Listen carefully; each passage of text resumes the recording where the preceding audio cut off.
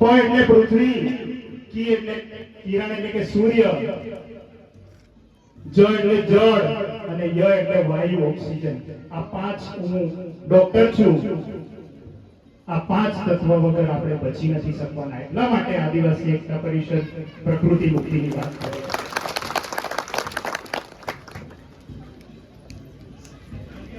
જ્યારે મારે ત્યાં ડિલિવરી થાય ત્યારે બાળક રડવું જરૂરી છે, એને ઓક્સિજન જવો જરૂરી છે, અને એ ના રડે ત્યારે મારે એને તરત જ ઓક્સિજન આપવો પડે, એને શ્વાસ લાવવો પડે, ત્યારે એ રડે છે. બાળક રડતું નથી એમ કરીને ચાલ જરા મંદિરમાં પૂજા કરી આવું, એમ કરીને મંદિરમાં જાઓ, 5 મિનિટ પછી આવું, ત્યારે તમારું બાળક ખલાસ થઈ ગયું. એટલે પાંચ તત્વો વગર આપણી જિંદગી નથી મિત્રો. અને એટલા માટે આ પાંચ આપણા ભગવાનો છે, એને આપણી બાપ દાદા પેઢીથી આપણને પૂજા કરે છે, અને એને આપણે હાચવવાના છીએ. આપણે આ ખરેખર સાચી ઓળખ છે. અને સંવિધાન જે અત્યારે ખતરામાં છે એને આપણે બચાવવું પડશે. મિત્રો, અહીંયા કોઈ પાર્ટીની વાત નથી, કોઈ ધર્મની વાત નથી, હું કોઈનો વિરોધ નથી કરતો, પણ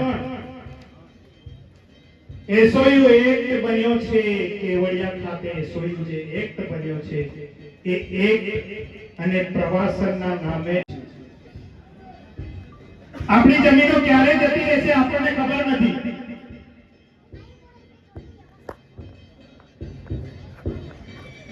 તમારે આ બાજુ સુધી સર્વે ચાલતો હશે, ચાલે છે ને? આ બાજુ આ બધા ડુંગરા અને આપણા ગામો જવાના છે કે નહીં? એવી રીતે અમારે શાકબારા, માલસામોટ એ બધા એરિયામાં સર્વે ચાલી રહ્યો છે, અને આપણને ક્યારે ઉઠાડી મૂકે કંઈ જ નક્કી નથી. એટલે હું કોઈ સરકારોની વિરોધ નથી કરતો,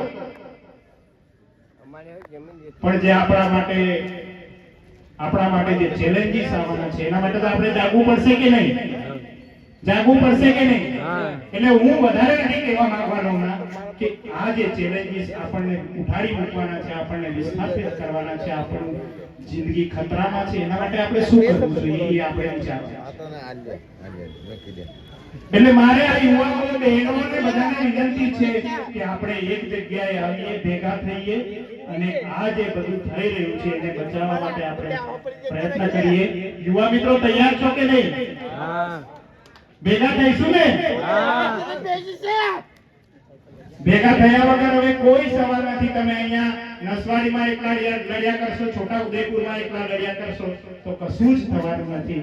એટલે આખા સમાજે ભેગા કરવાનું કામ આપણા તમામ યુવાઓ, બહેનો અને વડીલોનું છે, અને એ કામ આપણે ભેગા થઈને કોઈ બી જાતની પાર્ટી વગર, કોઈ બી જાતના ધર્મ વગર આપણે ફક્ત આદિવાસી બનીને આ કામ પૂરું કરવાનું છે. આટલું કહીને મારા અહીંયા 2 શબ્દ પૂરા કરું છું મિત્રો. બીજી એક જાગૃતિ છે, અને એ જાગૃતિ એટલા માટે છે કે આપણા જે સવાલો પેદા થઈ રહ્યા છે એ 4 જગ્યાએ પેદા થઈ રહ્યા છે. આપણી આ યોજનાઓ આવે છે તો સંસદમાં અને એમાં ગણાતી હોય છે, ગણાય છે ને સંસદમાં. ત્યાં કોણ બેઠું છે? સાંસદ છે આપણા, બરાબર. બીજી છે વિધાનસભામાં ગણાય છે, ત્યાં કોણ બેઠું છે? એમએલએ. ત્રીજું છે આપણી જમીનો જાય છે એના માટે જિલ્લા પંચાયતમાં સહમતિ લેવાય છે, અને ચોથી ગ્રામ સભામાં. આ 5 જગ્યાએ બેઠેલા જે આપણા સરપંચો છે, આપણા એમએલએ છે, આપણા એમપી છે, ટ્રાઇબલ એડવાઇઝરી કાઉન્સિલમાં બેઠેલા આપણા એમએલએ છે, એ લોકો આના માટે જવાબદાર છે. અને જ્યારે યોજના આવે છે ત્યારે એ લોકો તો કોઈ દેખાતા નથી, તો આપણે એ લોકોને શું કરવા મોકલીએ છીએ ત્યાં છૂટીને? તો આ બધા યુવાઓએ આ બધી જાગૃતિ લાવવાની જરૂર છે કે આપણને ક્યાં તકલીફ પડે છે. એ લોકો એસીમાં બેસે યોજના આવે ત્યારે, અને આપણે રસ્તા પર દંડા માર ખાઈને ભાગી નાખ્યા.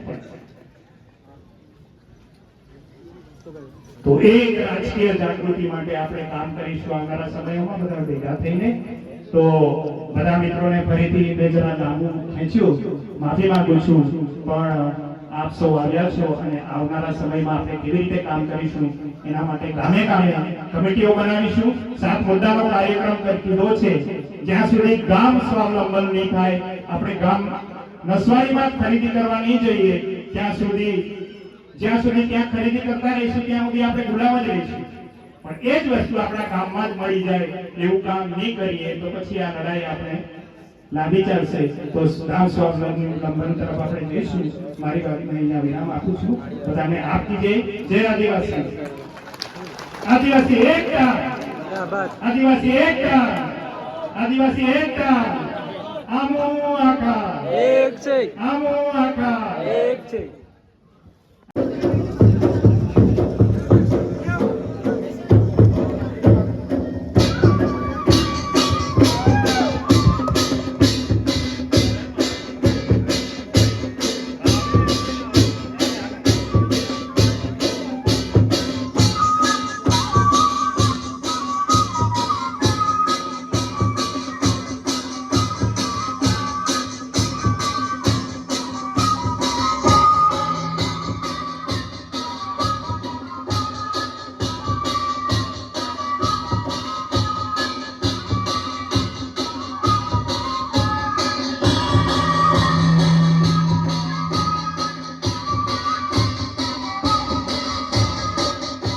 હાલો હાલો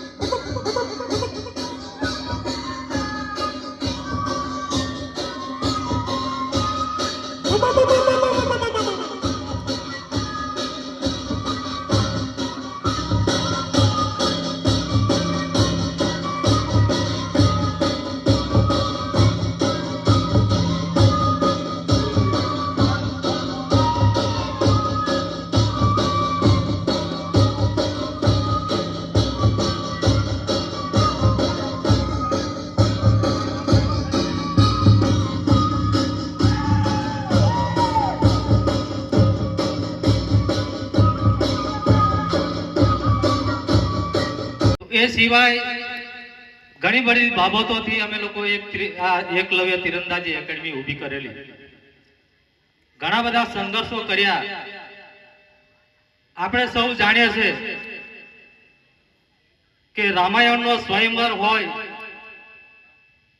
કે મહાભારતમાં એકલવ્ય તીરંદાજી શીખવાની ઝંખના, આ તમામ બાબતોની અંદર તીર ધનુષનું મહત્વ ખૂબ વધારે છે. એ સિવાય પણ દેશની આઝાદી માટે બિરસા મુંડા, તાત્યા ટોપે આવા જે મહાન ક્રાંતિકારીઓ થઈ ગયા, તેઓએ પણ આ તીરંદાજીની લડાઈથી એ લોકોએ અંગ્રેજોને હરાવેલા છે. મારો પણ વિચાર એવો જ હતો, આપણે બધા કદાચ તીર ધનુષ ભૂલી ગયા છે. માંડ એકાદ બે ઘરમાં હશે તીર ધનુષ, પણ મારી જે વારસાગત કળા હતી એનો મેં ઉપયોગ કર્યો. આપણે બધા સૌ જાણતા હતા એક જમાનાની અંદર આપણે તીર ધનુષ માં રોજ આપણા પોલીસ સ્ટેશન અંદર કેસો થતા હતા, રોજ ઝઘડાય. અને એ તીર ધનુષને આપણે ભૂલીને મારો જે ઉપાય હતો, આપણી જે વારસાગત સ્કિલ છે એ સ્કિલને રાષ્ટ્રીય અને આંતરરાષ્ટ્રીય કક્ષાએ કેવી રીતના લઈ જઈ શકાય એના માટેના પ્રયત્નો કર્યા. આજે આપણને એ સફળતા મળી છે અને આપણે સૌ આ જે કળા છે એને રાષ્ટ્રના અને આંતરરાષ્ટ્રીય કક્ષામાં ઉપયોગ કરીએ અને આપણી જે સ્કિલનો જે લાભ છે આપણા બાળકોને આપી શકીએ એવા આપણે બધાએ પ્રયત્ન કરવાના છે. મેં ડિમ્પલ નાયકા નવસારીથી છું, LLB ની સ્ટડી કરું છું અને આપની સમક્ષ એક મારી પ્રકૃતિનું મહત્વ દર્શાવતું એક ગીત રજૂ કરું છું. કોઈ કરી તો જુઓ, કોઈ કરી તો જુઓ, મારી પ્રકૃતિ કરે તે કામ કરી તો જુઓ, હે મારી પ્રકૃતિ કરે તે કામ કરી તો જુઓ. કાદવમાં કમરને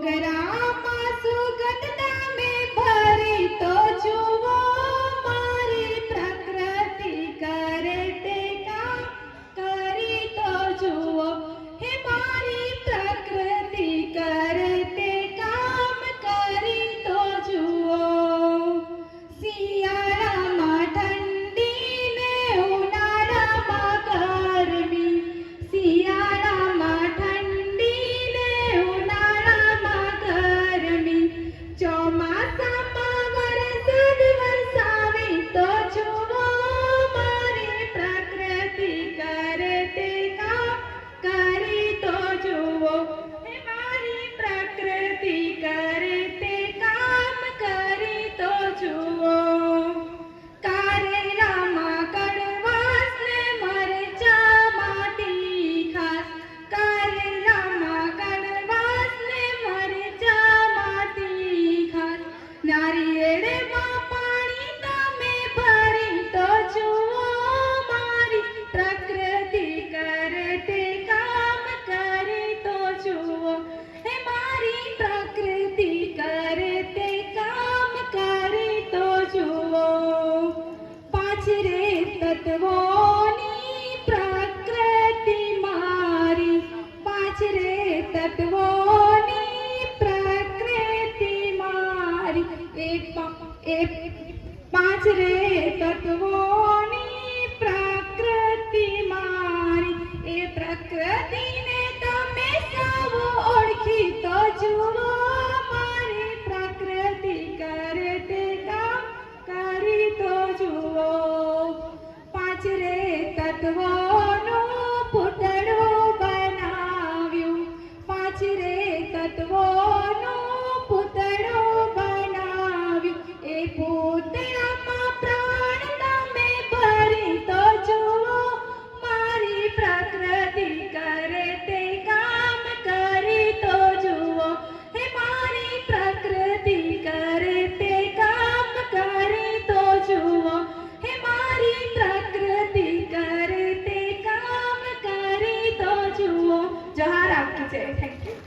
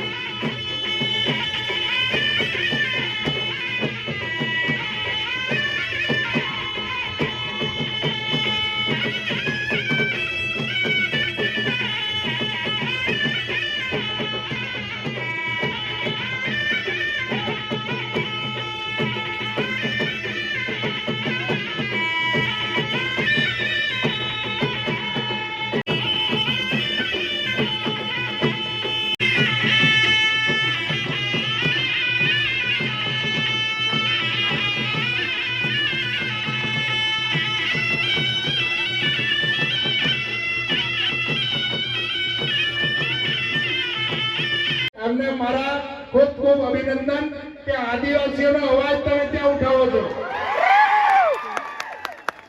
સંસદમાં પણ હાલના જો કે આપણા દેશ શેર ગયેલા છે અને એવો અવારનવાર સંસદમાં પણ અવાજ ઉઠાવે છે જ્યારે ગુજરાતમાંથી જે આપણે આદિવાસીઓને મોકલ્યા છે ત્યાં તે તેનું નામ નથી લેતા દિલ્હીમાં જઈને આદિવાસી છે કે બામણો થઈ ગયા ખબર નહીં હવે પણ એ લોકો આદિવાસીઓ માટે ઉઠાવે છે એમને આપણે સહયોગ કરવો જોઈએ અને આદિવાસીઓના હક માટે આપણે જ્યાં બી જરૂર પડે ત્યાં જઈને ઉભા રહીશું કે નહીં હાલના તબક્કે કેવડિયામાં 2 યુવાનોના જે મર્ડર થયા હતા એ મર્ડરમાં આ લોકો ભીનું સંકેલવાની તૈયારી હતી પણ ત્યાંના કેવડિયાના સ્થાનિકો તથા ચૈતરભાઈની ટીમ એ જાગૃત થયા અને એ લોકોએ આવીને સપોર્ટ કર્યો ત્યારે એ લોકોને યોગ્ય વળતર પણ મળ્યું અને ન્યાય પણ મળ્યો તો આપણે એક થઈશું એક રહીશું તો આપણને કોઈ દબાવી નહીં શકે